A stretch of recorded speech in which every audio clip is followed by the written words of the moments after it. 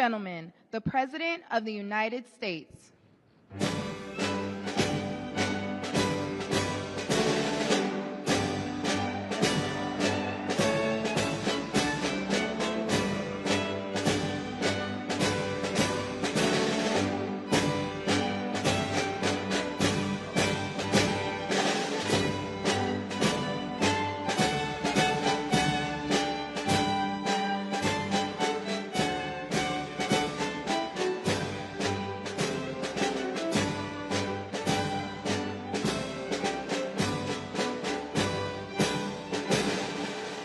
What a nice sound that is, isn't it?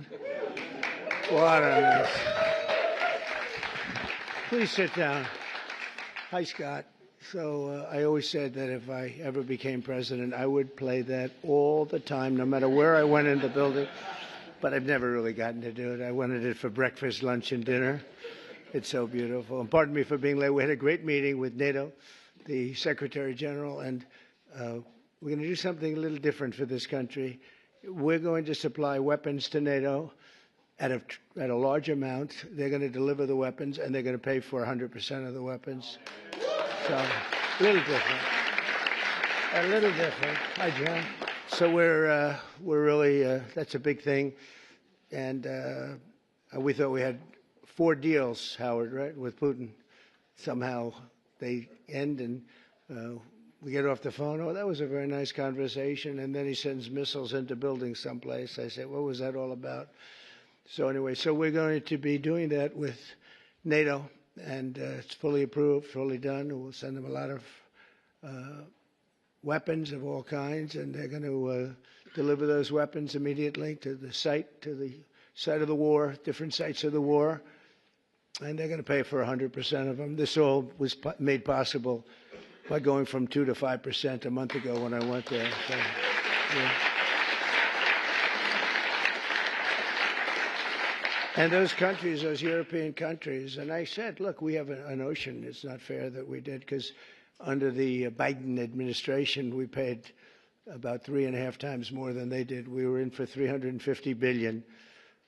Got nothing for it. We were in for 350, and they were in for 100. So, which really meant one thing, because you have great business leaders here. It meant very simply that they were better negotiators than our president was. But so this is a very important thing, and hopefully that will come to an end at the end of 50 days. If we don't have a deal, then we're going to have to do. We have no choice but to do secondary tariffs. You call it secondary tariffs, which are pretty tough. Which we don't want to have to do, but let's see what happens. But we thought we had a deal. Numerous times I'd get home, I'd say, First Lady, I had the most wonderful talk with Vladimir.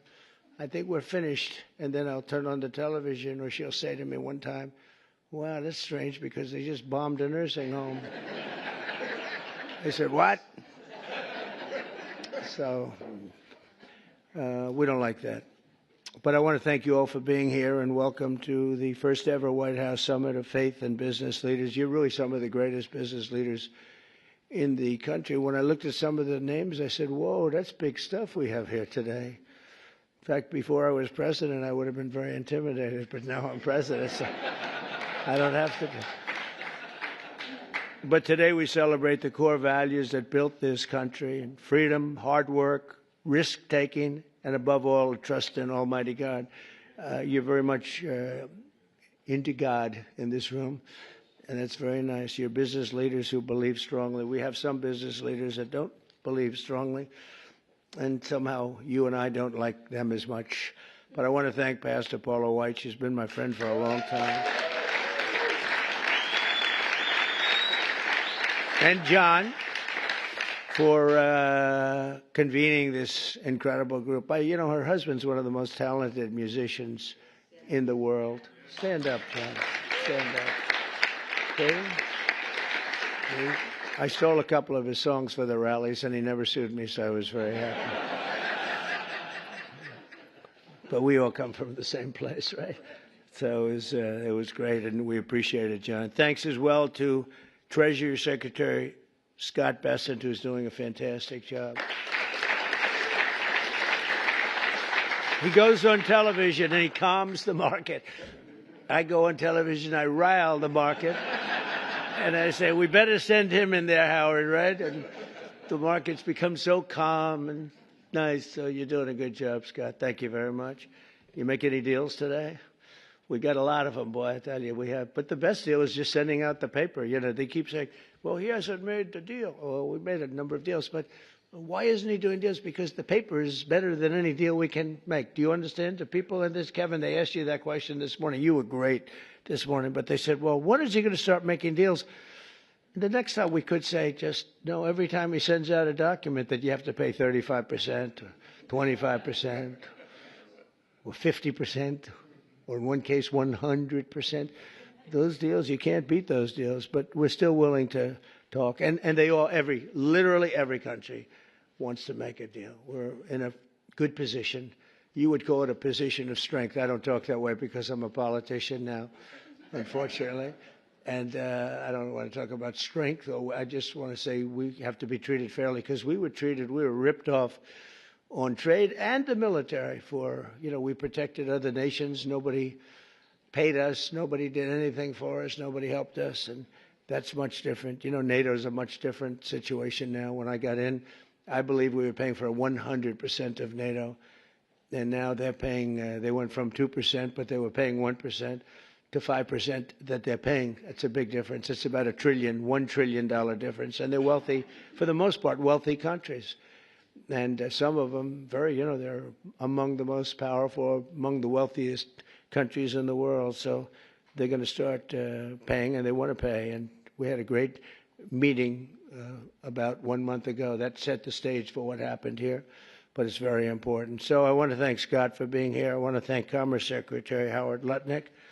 You are doing a good job, Howard. Am I right when I say I really don't want deals? I just want the paper to get sent? Right? It's true. I don't know if this is on television. Yeah, it's always on television. SBA administrator and a great person, cabinet member, a friend of mine for a long time, Kelly Loeffler. Kelly, you're doing great. She's small business, right? She only does small business, but when you add it all up, it's the biggest bank in the world by a factor of about 10, right? She's doing a great job. And director of the White House Faith Office, Jenny Korn, who's also amazing. Thanks, Jenny. From the earliest days of our republic, the steady compass of faith has guided the strong hands of American workers, builders, and entrepreneurs like really no other. Our country was founded by pilgrims and believers, and every generation since, Americans of faith have built our communities and forged new industries and enriched our country by millions and millions of people and ways. John D. Rockefeller, J.C. Penney, Charles Goodyear, Truett Cathy, and frankly, we have people I could name right in this room sitting here that their names are every bit as big as that. They were inspired by their love of God, and now the proud tradition continues with all of you. And this group reminds us, as a nation that prays is a nation that prospers. And you see that. I think one of the reasons we went so bad is they really wanted to take God and religion out of your lives. And there was nobody to, look up to. There was just nobody.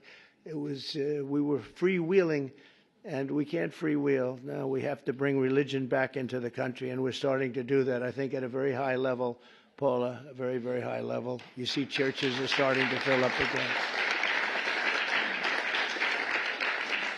Under the Trump administration, America is prospering and America is winning like never before. Our country is back. So I was in Qatar, Saudi Arabia, UAE, and then a month ago we were in Europe with all of the NATO countries, European countries, and plus Canada.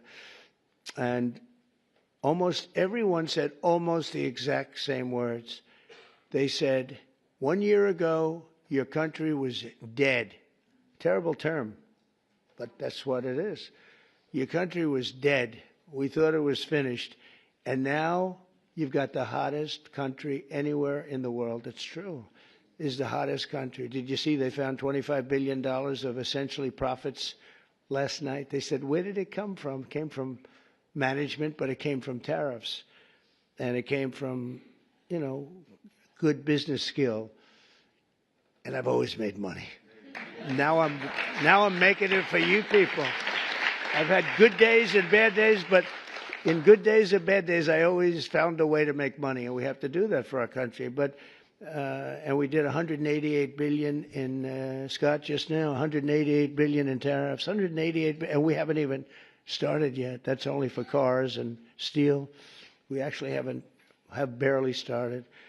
The economy is roaring, business confidence is soaring, incomes are up, prices are down, and inflation is dead. It's dead. We have a bad Fed chairman, really bad. If he would lower the rates, and I tried being nice to the guy, it doesn't help. He's like a knucklehead. No, he's a knucklehead. A stupid guy. He really is. You know, each point, think of this, each point costs us $360 billion. Billion. 1 point, $360 billion. 2 points, you got $700 billion. And we're way high. We're at 450 or 425? 450? And how do you go borrow money at 1% when the Fed has you at 450? And, you know, it's not that easy. I get angry at them. Why are we paying so much? You know, because he's got you up at this number. And we should always be the lowest. Now that we're doing great, we have no inflation. Think of it. Our stock market hit record highs. Everything's hitting a record high. We're really running good with no inflation. And we should be at 1%. We should be less than 1%. I think Switzerland is the lowest at like 0.5%. We should be lower because without us, there's no world. I don't want to sound overly aggressive, but without us, you have no world. And we've put our country on solid footing. We had a man as president who was the worst administration, worst president in the history of our country. We've had some bad ones, but he's the worst ever. What he did at our border can never be forgotten. 25 million people allowed to pour into our country, all unchecked, unvetted, murderers, gang leaders, gangsters, people that you don't want in our country under any means, terrorists. We have many terrorists in our country, and we're watching them close. Tom Homan, by the way, is doing a phenomenal job. Christine Noem is doing a phenomenal job. We had last week, it was reported, nobody, not one, even I don't know if I believe that number, but it's done, the numbers are done by liberals. So they said, did you know that? They said we had nobody, zero, cross our border. It's the first time that ever happened. Zero. Did you hear that? It's like crazy. But we have people from mental institutions, insane asylums even. That's a mental institution on steroids, essentially. But we had people coming into our country. We can't have them. And we have to get them out. But we can never forgive this administration, this past. And I'm okay with administrations. I mean, I can go through a Democrat administration, say, hey, look, they worked hard, they tried hard. But the things that they did to this country, we can never, ever forget it. From the rigged elections to the border, to the transgender for everybody, from men playing in women's sport. Do you ever take a look at some of these records? There was a long-distance race, a marathon, where they had a great female runner, a number of them, but they had one in particular, and they had just an average male runner who had transitioned. He won the race at the end of the day by 5 hours and 14 minutes. They waited for 5 hours. The weightlifting records are better, though. The weightlifting records are better. You know, where they took a record that hasn't been broken for 18 years. 18 years. And, you know, they'd add a quarter of an ounce on each side of the barbell. And they'd just, a little tiny piece of stuff. She'd go up and she couldn't get it up. And this guy comes along. Have you lifted before? Yes, at a low level. He was a low-level lifter as a man, but transitioned. And he goes up to that thing. Bing, bing, bing, bing, bing. Could have done it all day long. Broke the record by 119 pounds. The whole thing is crazy. The swimming records are pretty good, too. You got to see that. I told the story. You had this great group of young ladies, and they grew up with each other because, they sort of swam at the top level. And they were swimming, and one girl was seriously injured. She looked left, and she saw the same girl she grew up with, Kelly, in California. Same girls, that young age, they sort of rise to the top. She looked to the right, she saw the same girls, but there was this giant standing right next to her. And he had transitioned. You probably heard this. He had transitioned. And she'd never seen her before. And when the race was started, he blew by her so fast that she suffered massive windburn. They had to take her. Sure.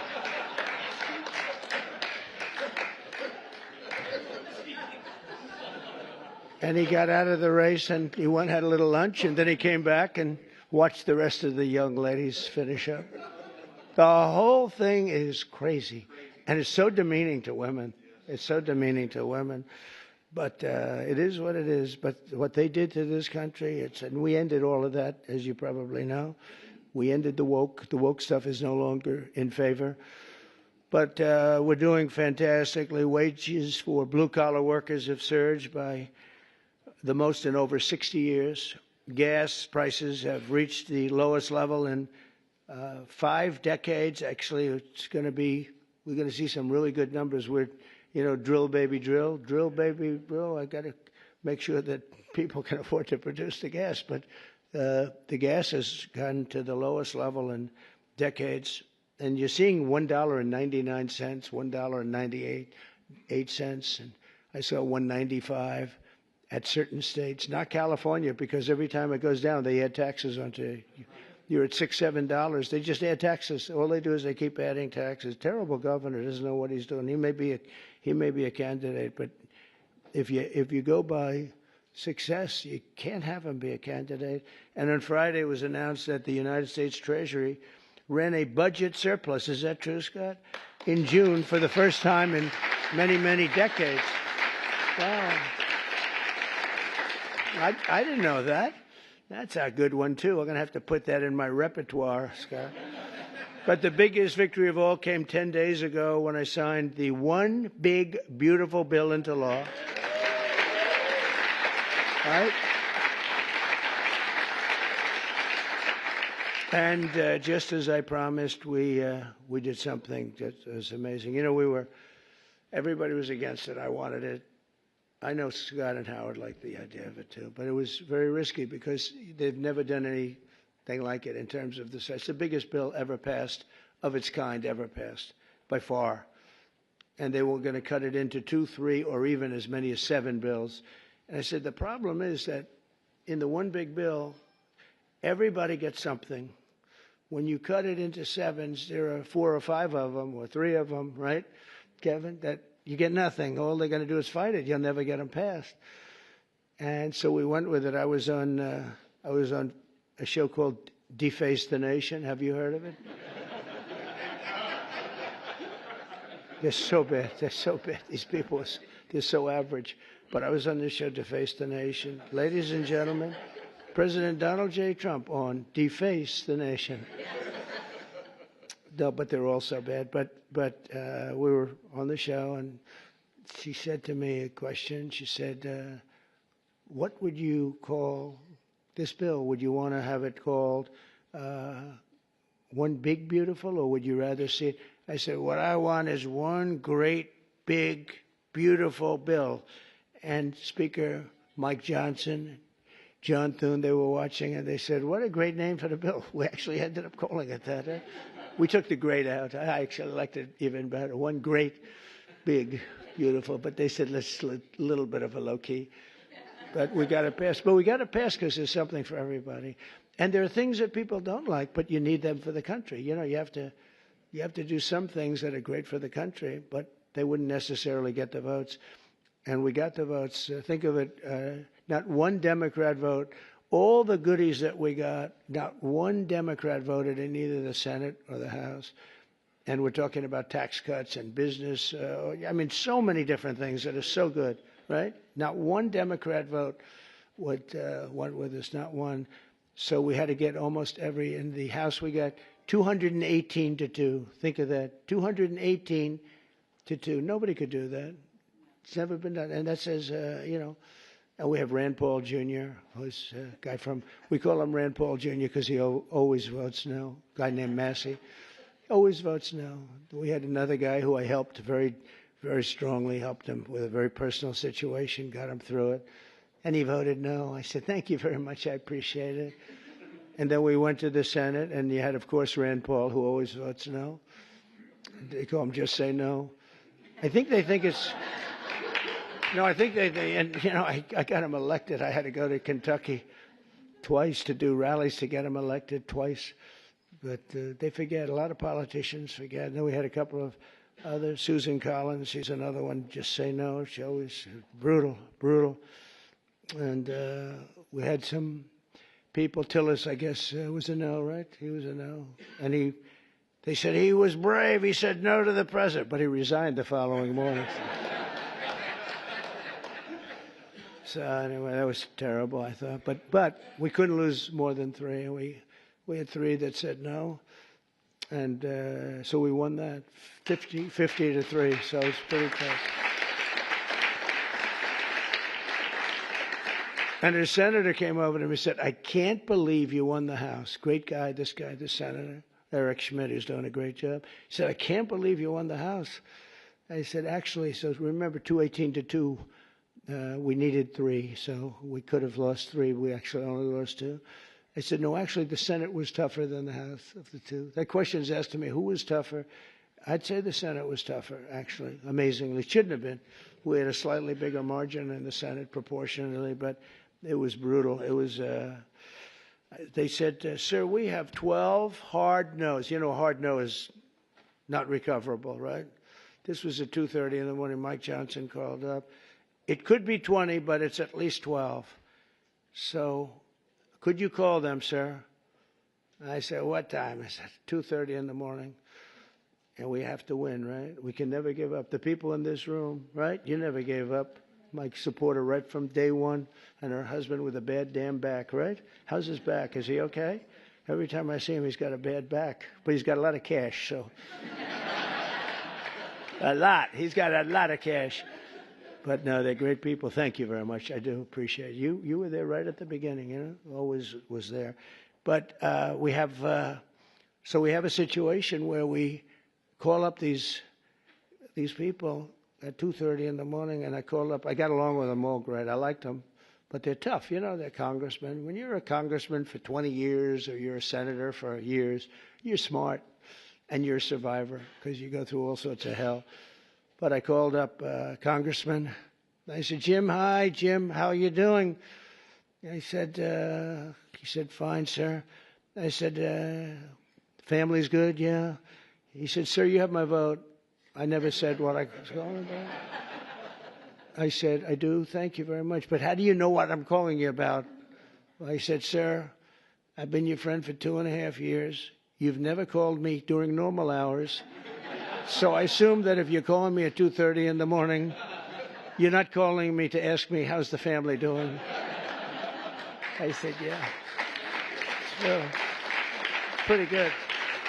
So I called up everyone. I think everyone with the exception of one I had to speak a little bit. But I call up, sir, you have my vote. Thank you. Sir, you have my vote. Think of that. And we got 12 votes in a matter of, I called back 20 minutes later. I said, you got all the votes. That's spirit, right? That's spirit. They wanted to maybe hear. They wanted to have a little love. The sad part is that some of the best people are the people that don't get any publicity because they go with something because it's good. So a guy like some of the people I'm talking about, but some of the people where you didn't even have to call, they vote yes, 100%. You don't have to waste any time with them. You don't have to beg them, come on, you can do it, come on, let's have lunch, let's have dinner. And then you have other guys that want you to suffer. I mean, some of these people that I just mentioned, whose names I just mentioned, you got to go through hell. And the ones that are really good and they love the country and they're doing right. I mean, what's the alternative? The alternative here, you're getting the biggest tax cut in history. And with the Democrats, you're going to have the biggest tax increase in history. Now, we could go into 100 other details. They're equally as crazy. So I said, so what's the difference? So you're going to say no, and you're going to have the biggest tax cut in history this way, and you're going to have the biggest tax increase the other way, and you'll probably end up in a depression, because if you ever did that, it would be a shock to the whole world. That's what happened in 1929. I said, so you're going to vote for the other side? Well, sir, I'll do what's really appropriate. You know, the losers. But you have that. Really, they're grandstanders. You know, you have grandstanders, and you have them in every business. And the Democrat has far fewer. They're grandstanders. But, you know, the one thing about them, they have bad policy. They're evil people in many ways, but they stick together. You don't have it where you don't have, I don't want to use too many names, but you don't have a Mitt Romney in the midst who makes you suffer. You don't have some of the people that I mentioned who make it so hard. They make it so hard. And the alternative is one of two things. You can either get all these things and make the economy strong, or you're going to literally have perhaps a depression where you people so rich, so beautiful, so nice to look at, will be totally busted. And let's see how long your wife stays with you. You're beautiful. She'll stay with you for about 3 weeks, and she'll say, darling, I can't take it anymore.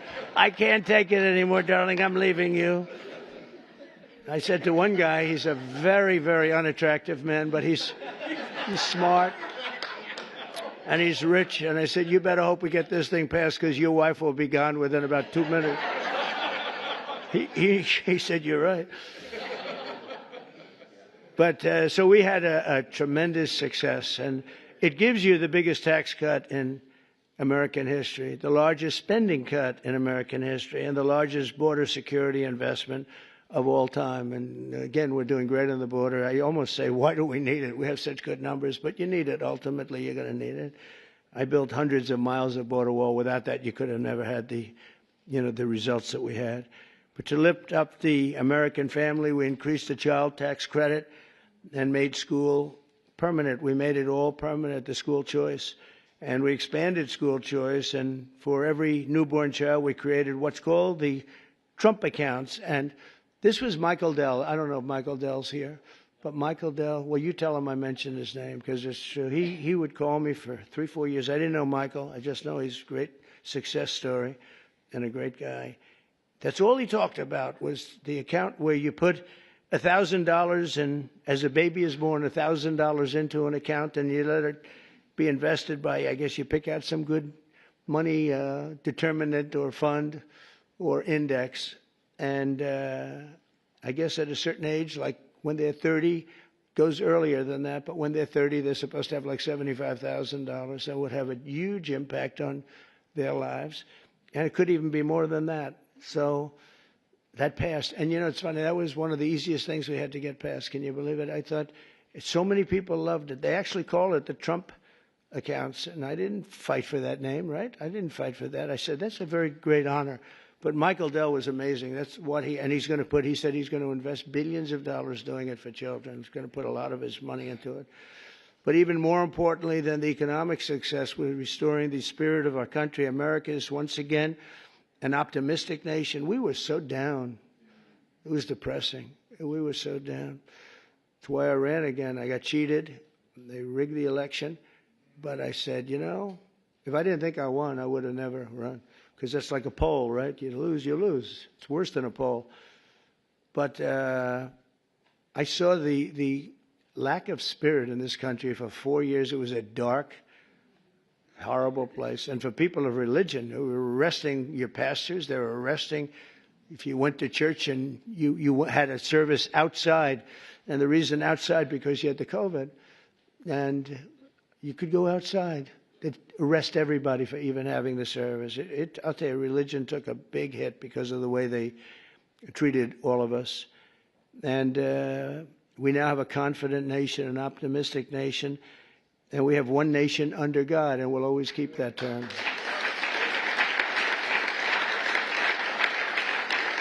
And we're bringing back, very importantly, and not just evangelicals or Protestants or this, all religions, we're bringing them back into our country. As president, I've ended the radical left war on faith, and we're once again protecting religious freedom like never before in our country. We're protecting it like never before. We're getting rid of the Johnson Amendment that didn't let the pastors and ministers and everybody speak about politics. Now you're able to speak about politics, Paula. You can say, I don't like that guy, and they don't take away your tax-exempt status. You know, they take away tax-exempt. And I'll tell you, remember when that started? It was at the meeting room before I ran, 2015, a year before the election. And I was with 50 faith leaders. They were great, very well-known people, mostly Protestant, but you had rabbis, you had an imam, 2 imams, and we were talking. And I said, I'd love to have your endorsement. And they looked at me like, what? I'd love to have your endorsement. We have such respect for you, and you control it, really very powerful. And they looked at me, they didn't say anything. Do you remember that? And I said, what's wrong with these people? I didn't know about the Johnson Amendment. Don't forget, I never did this stuff before. It wasn't like I ran. I was on the other side. I was on the same side as you. You write contributions to people that you like. But I never ran, so I didn't know about the Johnson Amendment.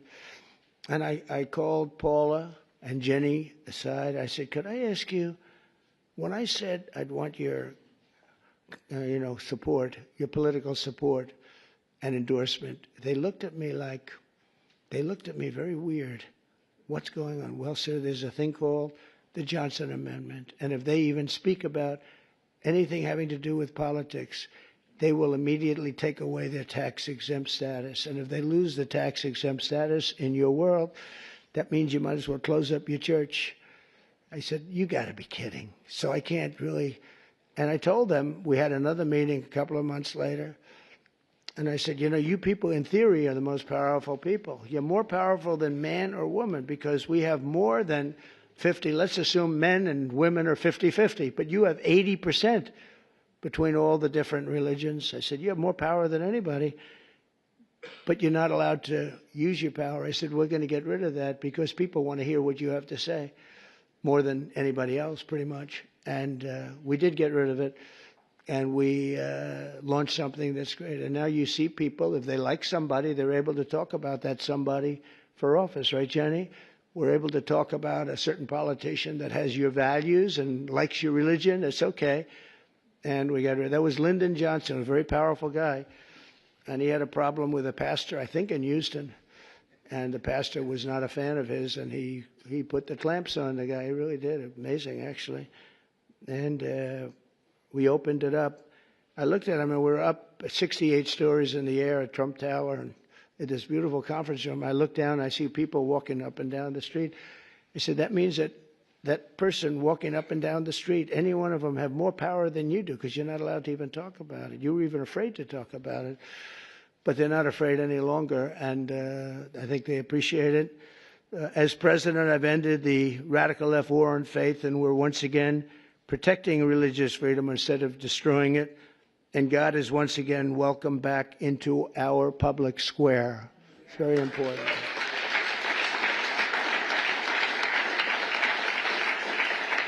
And I stopped the Biden administration's persecutions of Christians and pro-life activists. They would put people in jail if they even uttered the word. And, well, look at me. I mean, look what happened to me. I was under investigation more than the late, great Alphonse Capone. Think of it. Al Capone would kill people for dinner. If he left the room and he didn't like them, he'd have them shot, killed, buried under a building someplace as part of the foundation of a building. They're all over the place. And I said I had more time under investigation than the legendary Alphonse Capone or probably anybody else. But I had a lot of good people with me, and most importantly, I had the base with me at a level that it actually became stronger. The one thing I did that was very helpful, I was indicted 5 times. Think of that. Indicted. That wasn't a word that was in my father's looking down, my mother's looking down. That my son's not supposed to be indicted, I think. I got indicted 5 times, impeached 2 times. All bullshit, right? All terrible stuff. And I got impeached for making a perfect phone call. Good luck. Congratulations. I had a guy come up to me, a secretary of energy from before. Sir, could you call up, of all people, President Zelensky? And I called him. I actually held off. He must have come 10 times. Please, sir. It's because they wanted to do business or something, oil and gas. Who the hell knows what they wanted? You can imagine what they wanted. But they wanted, would you call up President Zelensky? And I did. When I finally got him, I said, congratulations on your win. He had just won. This is early in the process. Should have never been, that war should have never taken place, by the way. If the election weren't rigged, that war would never be happening right now. Millions of people being killed. That war would never be happening. But would you call up? So I say, hello, President. How are we doing? Everything good? Good. Congratulations on your big victory. Wonderful job. Great, great, great. Hang up. That's it. I get indicted for making a phone call. I told that secretary, who wasn't the smartest bulb, he wasn't Rick Perry. You don't want him on your debate team. Let me put it that way. Rick, you're not going to be on my debate team, Rick. But he's the one that asked me to do it, Rick Perry. And I said, thanks, Rick. That was a wonderful suggestion. I just got indicted over your stupid call. This is what we have to put up with, right? This is what we have to do. We have to put up with things. But it's been an amazing period of time, and we've straightened out so many bad things in this country. I created a Presidential Commission on Religious Liberty and established the Department of Justice Task Force to eradicate anti-Christian bias, because you have a very big anti-Christian bias that you don't think about and you don't hear about it. I established the White House Faith Office to defend and represent people of all faiths, and it's located in the White House. You've never had an office. You've never had that. And Jenny and Paul are there all the time, but we have it in the White House, so people can call up and complain, or they can call up and say, you're doing a great job, whatever. But we have it actually in the White House. Nobody's ever done that. We've restored the fundamental principle that God created two genders, male and female. That was a tough one. And we're defending parents' rights, where the parents' rights have been taken away from them in schools. You look at some of these school boards, it's like they're brutal dictatorships, and we brought it all back. The parents have the control now, and last Monday we effectively eliminated the infamous, as I said, Johnson Amendment, such a big deal, and various other amendments and things that really took away your free speech. That's what they've done. They've taken away free speech. I also want to recognize the incredible contribution of our great First Lady, Melania, and she says hello. And Melania did the Be Best initiative in supporting children in our foster care system. She visits a lot of children, a lot. Yesterday we went to the game, the soccer game. I don't know if you saw it in the Meadowlands. It was incredible. And she's always thinking about the children that have a hard time, in helping America's young people reach their fullest potential. And it's remarkable to think that it was only 1 year ago this week that my time on earth nearly ended. And if you look at that, God was with me, because that's something in theory I should not be with you today.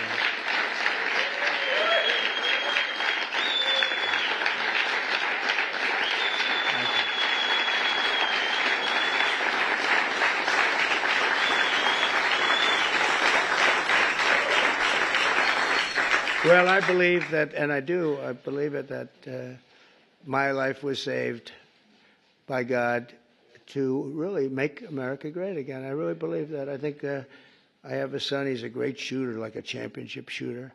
Don and Eric was a great shooter, both of them. But they said that at that distance with that gun, you didn't have a chance. And we turned the head at the right time, didn't we? Huh? We turned the head at the right time. So, I don't know, some people say it was lucky, and some people say something else. I say something else. I think God helped us.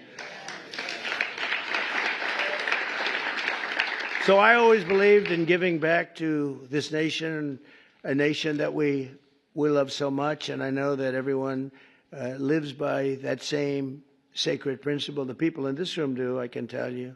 I hate when I see complainers, people that complain and they don't do anything about it. Like, in many cases, the media, not all of the media. I must have something because we won in a landslide. Think of it, we won every swing state. We won by millions of votes. We won the popular vote. We won there's a district vote that's very interesting. It's where the whole map is Looks red for a Republican, by the way.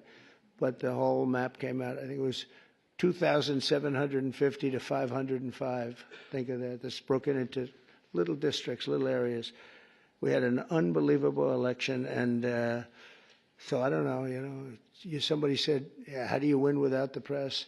But we have a hidden press, and the real hidden press and the hidden vote is the people and the word of mouth. Word of mouth is more important than the press, and they see what we do and they see how we do it. I want to thank all of you and your great communities, and just it's a blessing to our country that you're here, and a blessing to our country that you become so successful and so great. And people look up to you, have no idea. You don't know. We take things for granted. You don't know. The people in this room are amazing. I even, looking at that list, I really said, that's something great. And you're all believers. I think, Paula, you wouldn't have invited people that were, not a lot of, is there an atheist in the room? Any atheists? I don't think so. I wouldn't want to raise my hand if I were. I'd be in big trouble.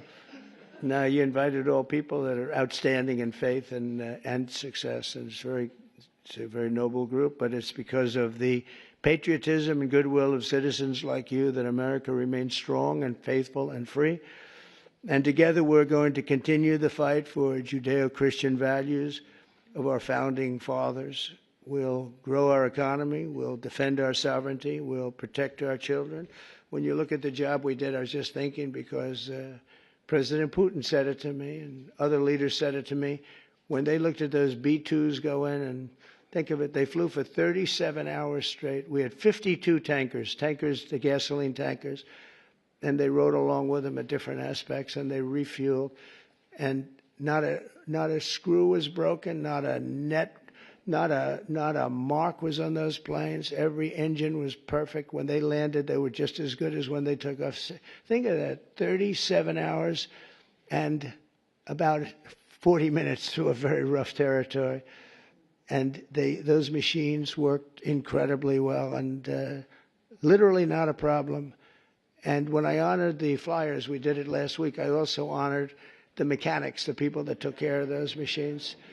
And I said it's equally important. And you compare that, same country, you compare that with what happened with Jimmy Carter. It was a sad situation. The helicopters were coming down and they were crashing, and the men were all over the place trying to get the hell out of there. And it turned out to be a hostage situation and horrible thing. And probably it was one of the things that cost him the election, certainly. But when you think of that and you see this was, in terms of perfection, they think it was a perfect military. We sent the planes to Guam. Everybody thought we were flying to Guam. And they said, oh, they're going to Guam. Well, Guam's out of the way. At the same time, we had some others going a different direction. I watched horrible CNN. You have to watch sometimes your opposition, and they are opposition. And I saw that they had basically the plans of when we're going in, when we would be entering Iranian oil airspace. And I said, that's weird. And I called the general, Raisin Kane. He's fantastic. I said, General, and Pete Hegseth, I said, I'm watching newscasts where they're saying what time you're taking off tomorrow and what time we're going to be entering the very dangerous airspace, the worst air space anywhere there is, anywhere that in the world. I said, what do you think? Sir, we'll be fine. We blow them away, we'll be fine. Because they went those B-2s with 7, and they were surrounded by a lot of great planes. F-22s, the most beautiful plane ever built. The fighter jet, F-35s. They had a lot of different planes going with them. I said, but wouldn't a surprise be better? Yeah, it would be better. I said, well, then let me cancel it. And let's make it at a different time. So the day before, I canceled it. I said, I'm canceling it. We'll do it sometime within the next 2, maybe 3 weeks, but I'm canceling it. And then I had a meeting, and I said, I have an idea, because I got slightly big coverage, to put it mildly.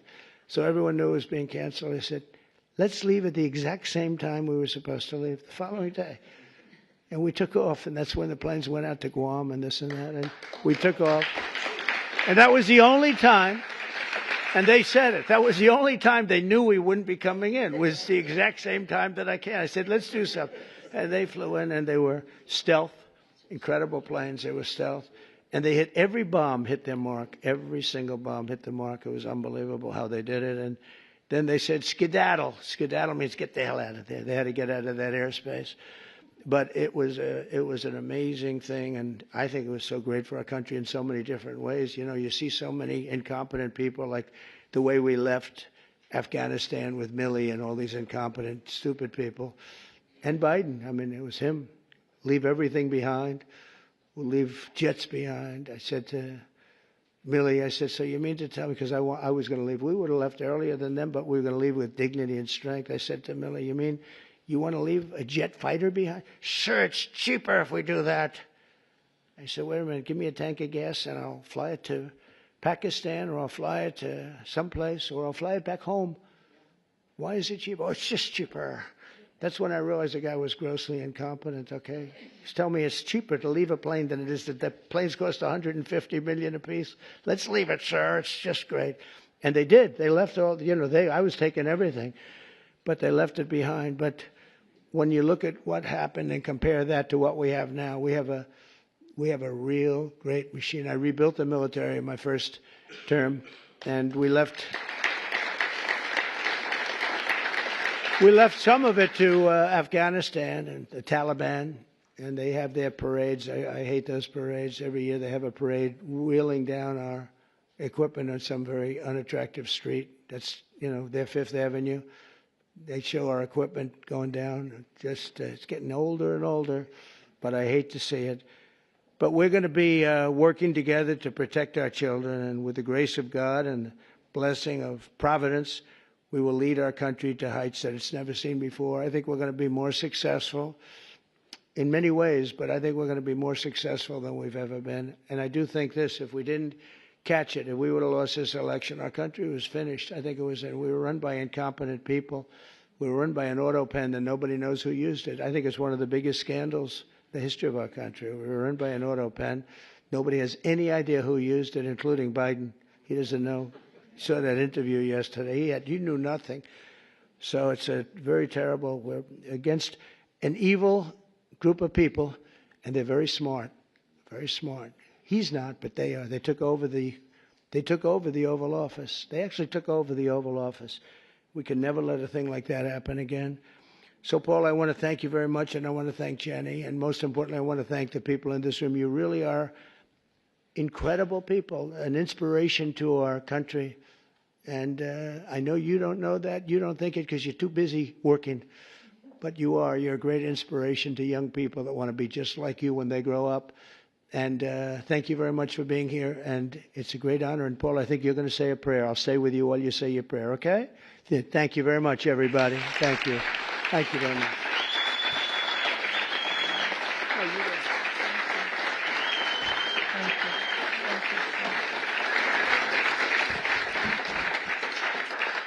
Thank you so much, Mr. President. You guys may be seated for just a moment. And he is our greatest champion of faith of any president that the United States of America has ever had. We are deeply